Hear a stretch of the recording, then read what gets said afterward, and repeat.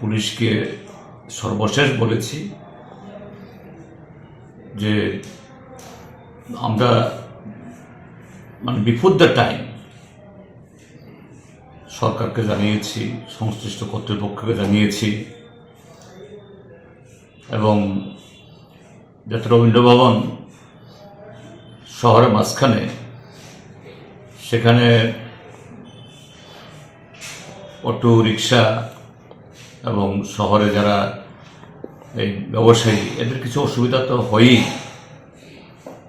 অতীতে যখনই যে কোনো দল সেখানে কর্মসূচি হয়েছে, এটা অ্যাভয়েড করার জন্য আমরা উমাকান্ত ময়দানের সামনে লনেও আমরা চেয়েছি। তো অগত্যা আমাদের ইচ্ছে ছিল না উমাকান্ত লন চাপার, কিন্তু যেহেতু রবীন্দ্র ভবন এটাকে অ্যাভয়েড করা যায়, কিন্তু সরকার সেখানে আমাদের প্রস্তাব রাজি হলেন, বলছেন যে না, স্কুল খোলার দিনে কিভাবে দেওয়া যায়। কিন্তু এরকম বহু নজির আছে।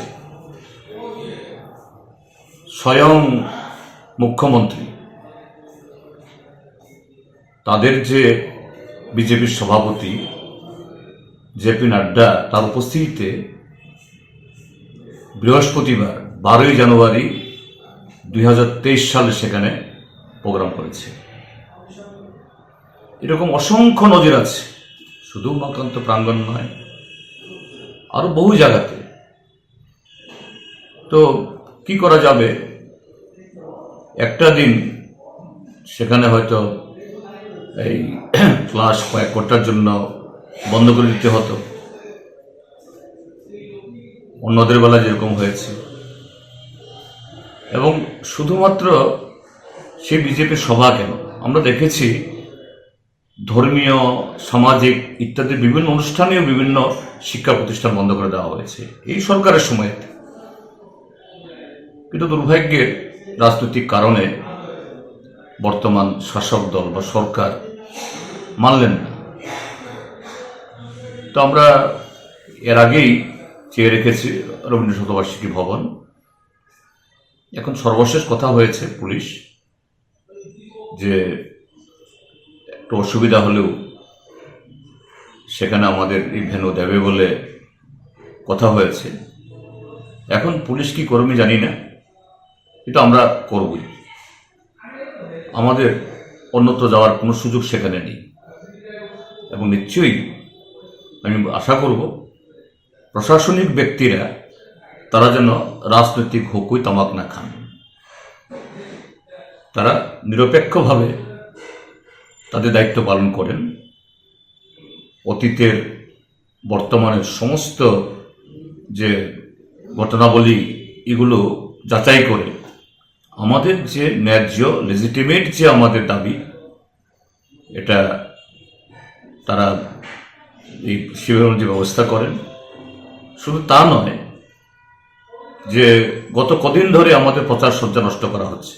গতকাল তো আমার বাড়ির সামনে, আমার বাড়ির যে সেন্ট্রি, তার সামনে থেকে পতাকা ছিঁড়ে ফেলে দিচ্ছে। সারা শহরের মধ্যে, ওইদিকে নতুননগর, এই কি বলে ইন্দ্রনগর, সেদিকে তো করেছি। গতকাল এই শহরের ভেতরে কর্নেল চুমনি, তারপর এই উত্তর গেট, কৃষ্ণনগর, দুর্গা চুমনি, রামনগর, সর্বত্র এসব করেছে। কেন? যে সমাবেশ নিয়ে একটা এই পরিবেশ গোলাটে করে একটা ত্রস্ত পরিস্থিতি তৈরি করা।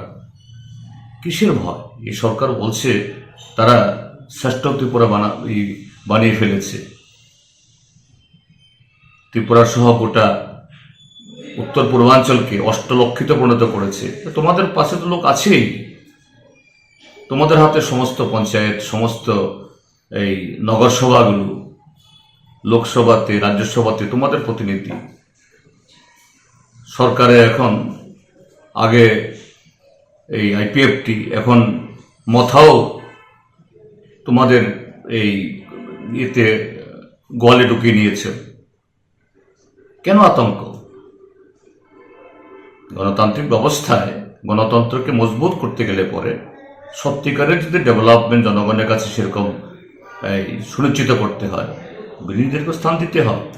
তা আশা করি আগামীকাল মসৃণভাবেই ত্রিপুরাজ্যের যে শান্তিপ্রিয় গণতন্ত্রপ্রিয় জনগণের সহযোগিতায় এবং পুলিশ প্রশাসনের তাদের সুমতি হবে, শাসক দলের এই অন্যায় অবদারগুলি এড়িয়ে তারা সত্যিকারে তার ভূমিকা পালন করবেন এবং আমাদের এই সমাবেশ